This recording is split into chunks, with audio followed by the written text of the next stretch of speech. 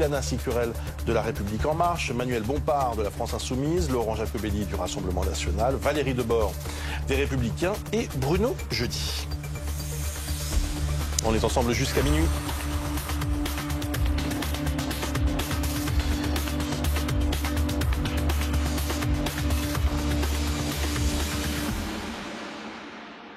Nouveau rebondissement donc dans l'affaire Benalla. Des auditions ont eu lieu cet après-midi devant la commission d'enquête du Sénat. 2 ministres ont été entendus, Christophe Castaner et Jean-Yves Le Drian. Mais c'est surtout Patrick Stroda, le directeur de cabinet d'Emmanuel Macron, qui a fait des révélations. L'ancien garde du corps est accusé de faux en écriture pour ses fameux passeports diplomatiques. Alexis Cuvillier.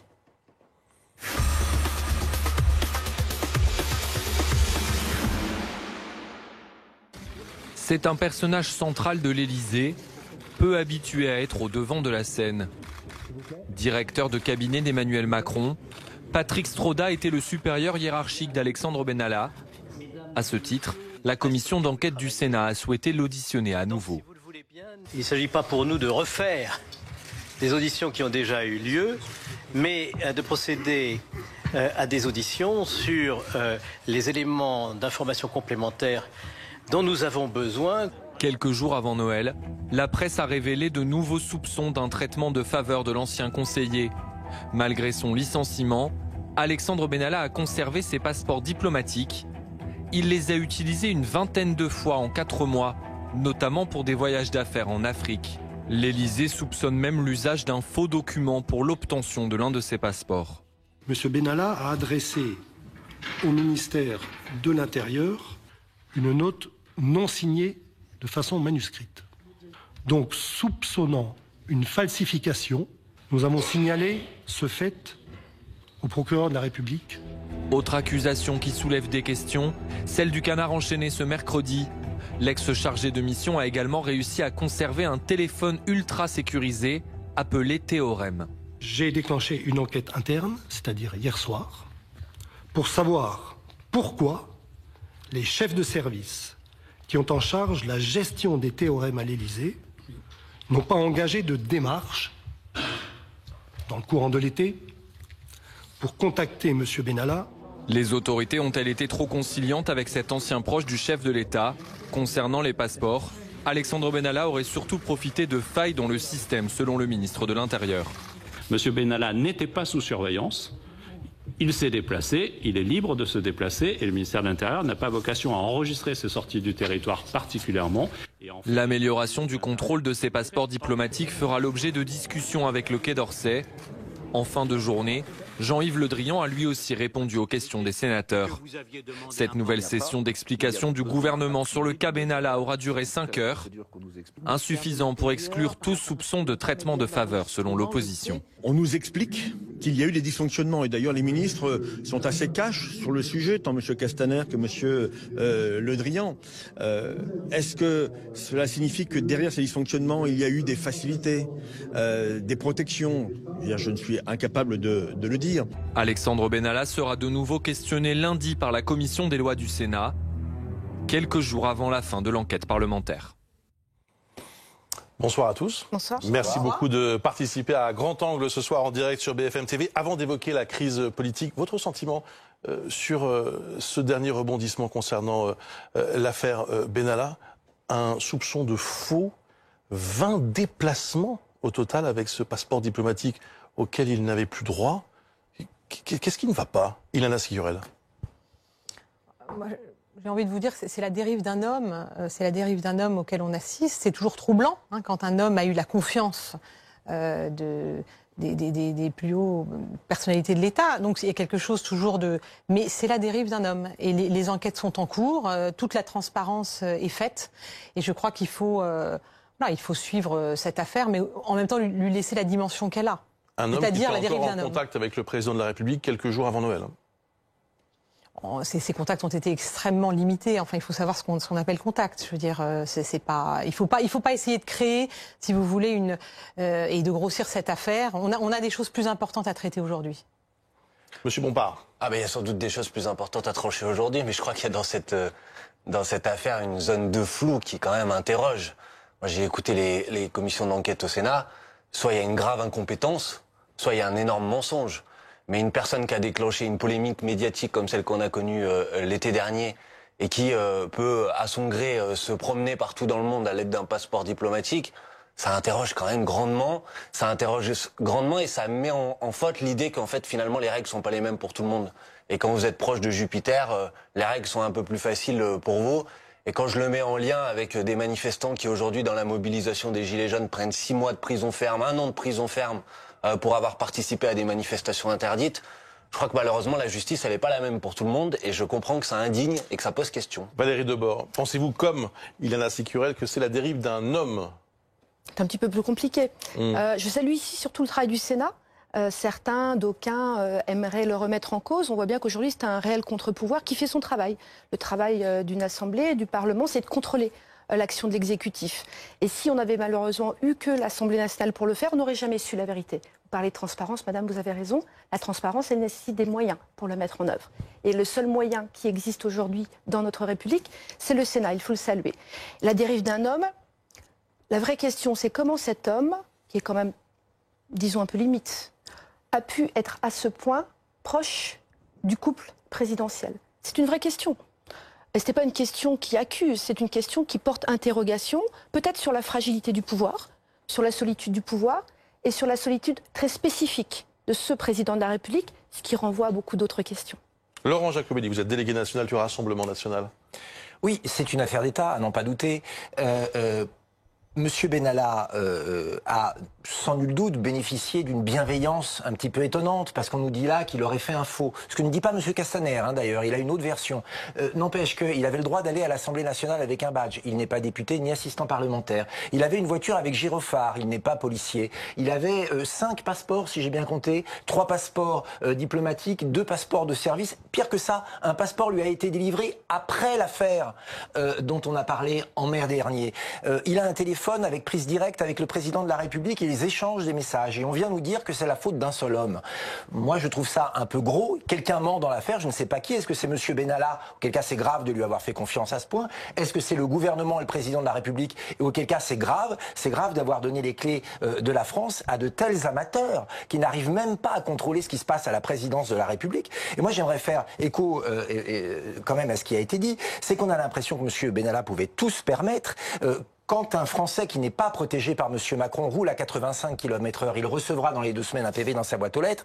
Quand un chef d'entreprise qui n'est pas protégé par M. Macron se trompe dans sa déclaration URSSAF ou est en retard, il recevra un redressement dans les 2 semaines. Or, ce monsieur qui se balade sur la terre entière avec des passeports vrai-faux, lui, rien ne lui arrive, il est tranquille.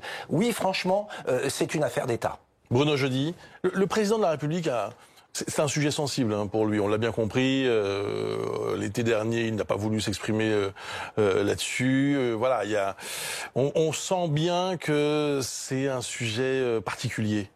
Oui, non mais clairement, il y avait plus qu'un embarras l'été dernier. Le président n'a pas voulu s'exprimer. Et d'ailleurs, il s'est exprimé une seule fois, c'était au micro d'Europe 1 au mois de novembre. Oui. Il a fini par l'évoquer plus longuement au micro de notre consoeur.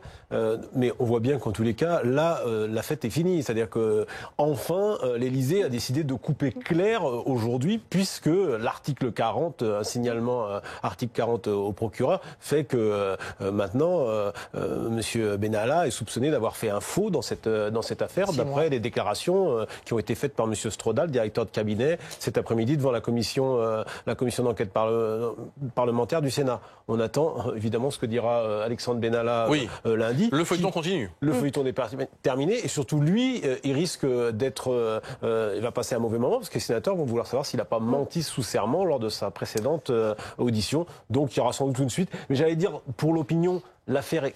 À mon sens, c'est quand même passé. Emmanuel Macron, ça lui a coûté très cher cet été, cette affaire. C'est le début de sa descente dans les enquêtes de popularité. Mais c'est vrai qu'elle est passée parce qu'entre-temps, on est passé vraiment à autre chose, à une crise beaucoup plus grave qui s'appelle la crise des Gilets jaunes. Je n'emploierai pas les grands mots de monsieur qui parle d'affaires d'État. À mon avis, la crise des Gilets jaunes est bien plus préoccupante aujourd'hui pour Emmanuel Macron. Et dire que cette fin d'affaire Benalla. Justement, demain, nous serons le 17 janvier, cela fera 2 mois.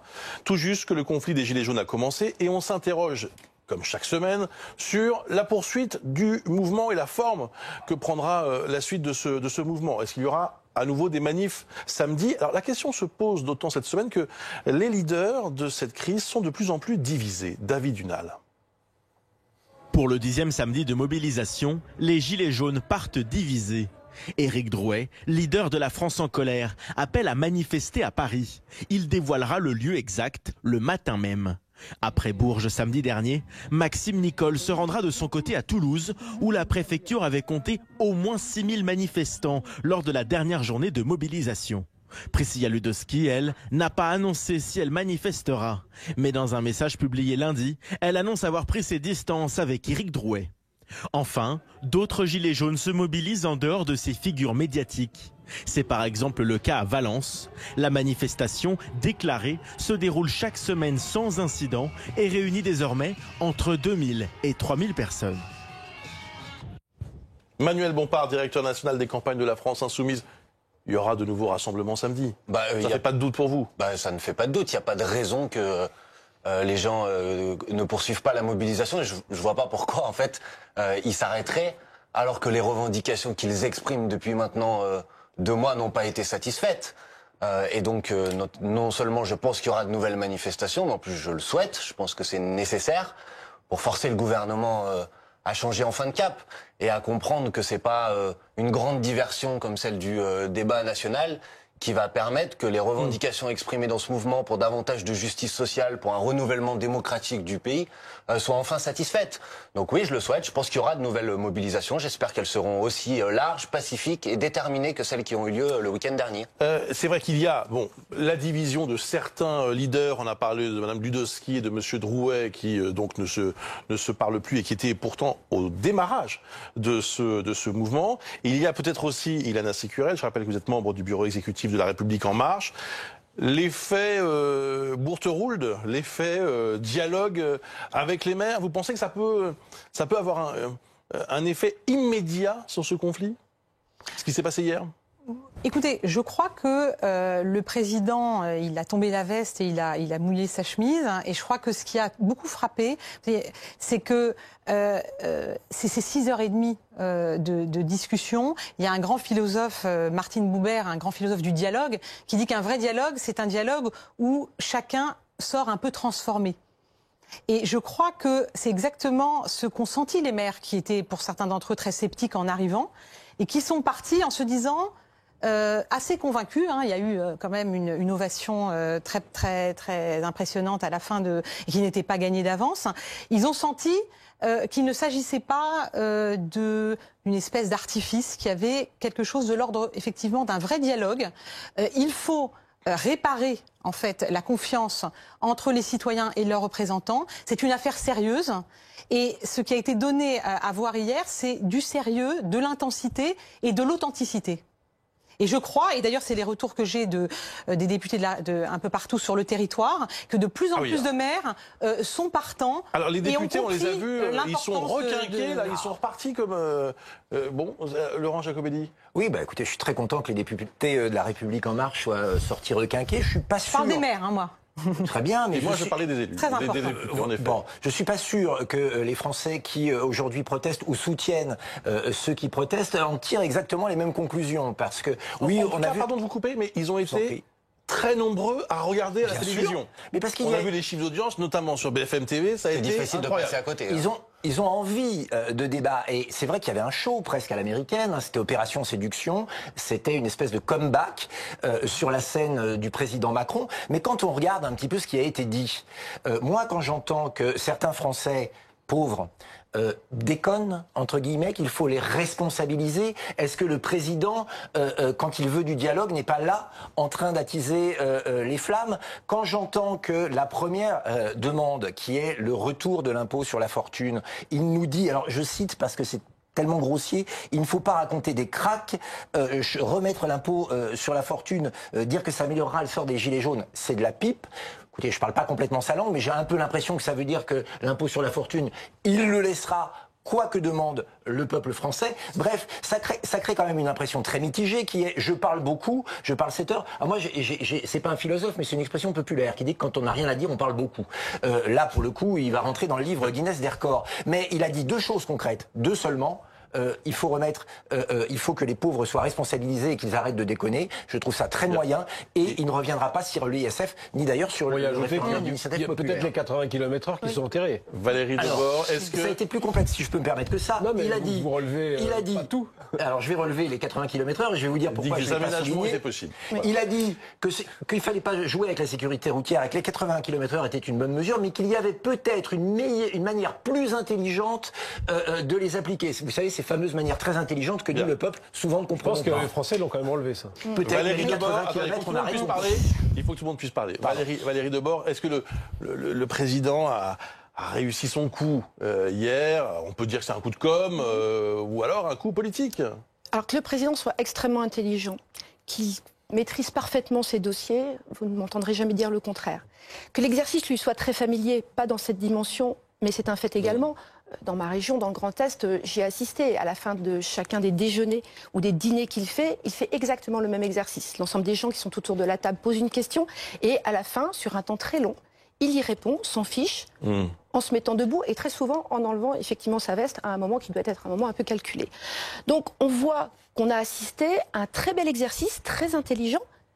On a assisté à un exercice de candidat à l'élection présidentielle. C'est juste. Le problème, c'est que une forme de campagne. Monsieur Macron est président de la République et qu'aujourd'hui, on n'est pas dans un acte de candidature, on est dans un acte d'exercice du pouvoir. C'est un très bon candidat. Ce dont on a besoin, c'est d'un bon président de la République. Et là, on voit le hiatus extrêmement important se poser d'un homme qui, en fait, essaye de rattraper. Il essaye de rattraper les corps intermédiaires, il essaye de rattraper les maires, il essaye de rattraper des décisions.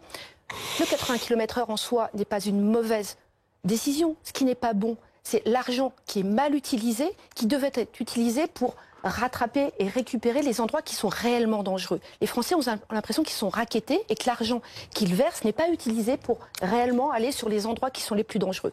Et là, on voit la dichotomie du personnage qui, encore une fois, est absolument brillant, mais il faut qu'il mette cette intelligence peut-être au service d'action. Manuel Bompard, vous critiquez son intervention et c'est aussi le rôle de l'opposition, bien sûr. Mais s'il était resté dans son bureau à l'Élysée, vous auriez dit, regardez, il est bunkérisé, il ne bouge plus. Est-ce qu'il n'a pas eu le mérite d'essayer d'aller au contact, de se confronter à une réalité, celle de ces maires de Normandie? Je ne crois pas que le président de la République soit un bon orateur, qui connaisse un peu ces sujets. Quelle surprise, je pense que tout le monde s'en doutait.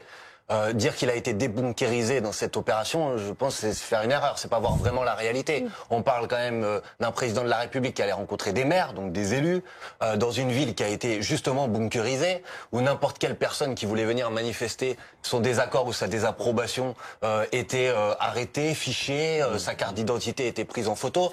J'ai pas le sentiment que le président de la République soit allé au contact des gens qui manifestent sur les ronds-points de France depuis 2 mois, et j'ai pas du tout le sentiment qu'il en a convaincu beaucoup.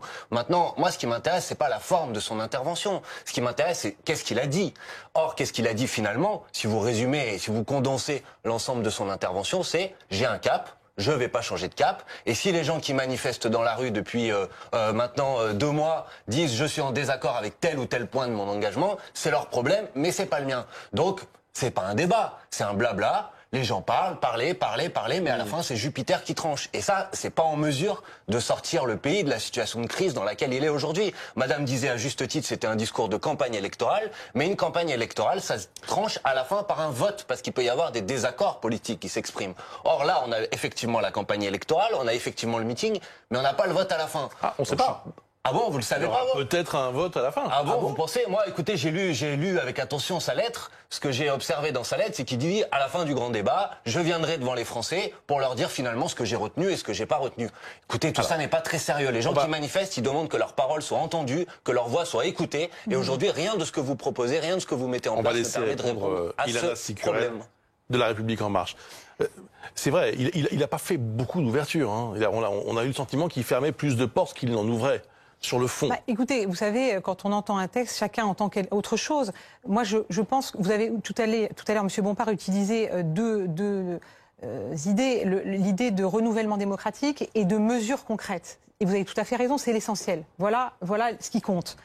Et effectivement, on est dans un exercice qui relève totalement du renouvellement démocratique. Il faut quand même faire preuve de lucidité. C'est la première fois qu'une consultation de cette ampleur a lieu justement hors contexte électoral.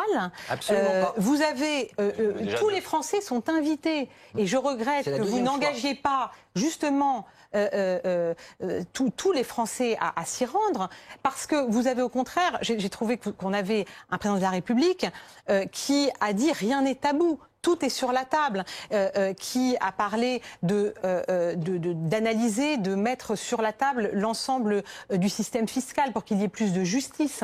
Rien n'est tabou, a été dit. Tous les sujets pourront être mis sur la table. C'est vrai, madame la députée. Voilà. Donc, on pourra parler de tout, mais on pourra décider de rien. C'est quand même un problème. Mais attendez, vous ne pouvez pas imaginer une seconde, parce que justement, il y a un respect des citoyennes et des citoyens de ce pays.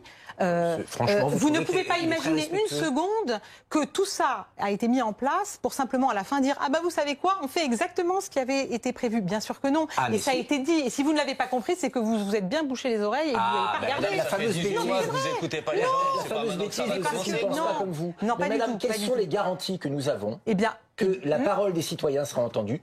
Comment ces remontées seront faites? Qui sélectionnera qui a dit quoi? Qui le résumera? Qui en fera la synthèse? Et qui décidera, madame? C'est ça la question majeure. Parce qu'on peut parler entre nous pendant des heures. C'est le rôle des garants. Alors, cette question-là. Voilà, on peut faire toute la nuit ensemble, madame.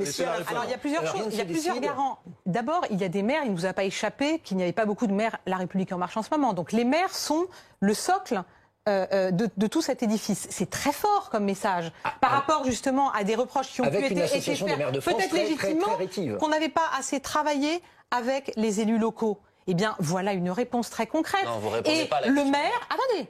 Donc le maire est au centre du dispositif. Ensuite, vous avez 5 garants qui sont choisis et qui vont être rendus publics. Oui, qui vont être rendus publics dans les jours qui viennent. Ensuite, vous avez les membres des différents partis qui sont invités à faire partie justement de collèges pour suivre le processus. Et enfin, et c'est ça qui comptera, c'est qu'à la fin, bien entendu, il faudra que soit tenu compte de ce qui aura été exprimé. Et moi, j'invite tous les Françaises et les Français... Mais non, c'est pas un vœu pieux, parce que ça va arriver vite. Et il faut que les Françaises et les Français... C'est dommage que vous appeliez au boycott. Mais que les Français participent. Madame Sicurel, je pense que, en tous les cas, l'opposition, c'est plutôt sur autre chose qu'elle devrait insister, c'est comment sera faite la restitution de ce débat? C'est ce que je viens de demander. C'est ça qui est important. Et quelle garantie vous allez apporter? Parce que les médiateurs, les animateurs, ok, on a compris. Les maires et tout ça, ok, on a compris. Mais comment, techniquement, ça va être fait la restitution? Et vous avez des instances, on appelle justement les différents partis, vous le savez très bien, à participer à des instances de contrôle. Donc, il sera tout à fait évident qu'il y aura de la transparence. Donc à la fin, c'est vous qui décidez. Non, mais il faut synthétiser ce que vous dites pour les gens qui nous écoutent. À la fin, vous allez choisir quelques instants pour la suite de ce débat avec tous nos invités. On parlera aussi des violences policières. 1700 manifestants blessés depuis le début du mouvement. Emmanuel Macron est-il reparti en campagne après son marathon dans l'Eure hier? Le président sera dans le Lot vendredi, toujours pour dialoguer avec des maires. Sa prestation hier a été remarquée au point que la majorité semble requinquée aujourd'hui. Regardez. Tous les grands débats n'accueilleront pas le président de la République, ça ne nous a pas échappé. Mais la dynamique qu'il a amorcée hier est de très bon augure pour la suite. C'était exactement lui, tel que je le connais, tel que je le connais notamment pendant la campagne. Il était exactement ce président de la République-là. Et puis il a donné du souffle à ce grand débat, parce que ça va être exactement ça le grand débat. Des réponses à toutes les interpellations, à toutes les propositions que pourront faire nos concitoyens. Le fait de revenir régulièrement vers les territoires pour les écouter, nous, c'est ce que nous prônons depuis le début avec les collègues députés, puisque nous sommes la courroie de transmission en fait entre les territoires et puis le gouvernement. Donc je trouve ça très bien. Nous parlions juste avant de faire une pause des modalités de ce grand débat et de l'issue. Surtout de cette grande concertation, ça reste encore un peu flou, il y a beaucoup d'interrogations. Et au fond, on se demande si cette concertation, surtout si elle est très suivie, ne va pas accoucher d'une souris. Est-ce que c'est la question que vous vous posez en effet, Laurent Jacobelli? Mais bien évidemment. Juste une petite remarque quand même. Les interviews qu'on vient de voir des députés, vous savez, pour savoir la performance d'un artiste, le meilleur moyen, c'est pas d'aller interviewer son fan club, parce qu'en général, c'est pas eux qui sont le plus objectifs. Bien sûr qu'il y a un risque que ce grand débat débouche sur rien du tout. D'abord, ce risque, il est un petit peu avéré quand même, puisque le président de la République a dit qu'il ne changerait pas ses fondamentaux. Il changera peut-être des petits points de détail sur les côtés, comme ça, pour faire montrer qu'il a bougé. mais les grands principes qui font qu'il est en échec total, il ne les changera pas. La mondialisation, l'ouverture des frontières, la lutte fiscale, le matraquage fiscal contre les retraités, tout ça, il va continuer. Aujourd'hui, tous les voyants sont au rouge. La dette publique, c'est au rouge. Chômage qui a augmenté de 200 000 depuis l'arrivée de M. Macron, toutes catégories confondues. L'immigration, cette année, record de la 5e République du nombre de migrants légaux et de demandeurs d'asile. Pas de demandeurs d'asile de pays en guerre, de demandeurs d'asile d'Europe de l'Est. Bref, c'est les feux rouges partout. C'est un échec total. Je maintiens le cap, nous dit le président de la République. Vous n'avez rien compris, mais on va quand même discuter. Le risque est grand, même si nous aimons le débat et que nous appelons à participer à ce débat, mais avec beaucoup de doutes et beaucoup d'inquiétudes. Valérie Debord. Moi, je souhaite que le débat réussisse parce que je souhaite que mon pays réussisse. Mais je veux, et je pense que l'ensemble des Français également, avoir des garanties. Parce qu'aujourd'hui, les garanties, elles ne sont pas là. Et pour avoir un débat sur lequel on peut s'engager, non pas l'organiser, comme l'a dit l'Association des maires de France, mais y participer pleinement et entièrement, eh bien, il faut avoir des garanties de respect de l'ensemble des propositions qui seront faites et des garanties de sortie. Comment tout cela va se traduire? Comment tout cela va être présenté? Comment tout cela va être choisi? Effectivement, qui va tenir la plume? Qui va décider que telle proposition est retenue ou n'est pas retenue? Si on écoute ce qu'a dit le président de la République, quel va être le rôle des deux ministres? Avouez qu'il n'est pas complètement habile d'avoir proposé deux ministres qui soient les premiers garants du dispositif quand on est sur un climat d'ouverture. C'est peut-être pas complètement habile. Il aurait peut-être fallu choisir des gens issus de la société civile qui auraient été peut-être des garants un peu plus assurés. Voilà. En tout cas, c'est une remarque. Mais y participer, venir avec l'ensemble des propositions qui sont les nôtres, notamment sur la fiscalité, mais également sur la problématique du travail, sur des problématiques sociétales également, bien sûr.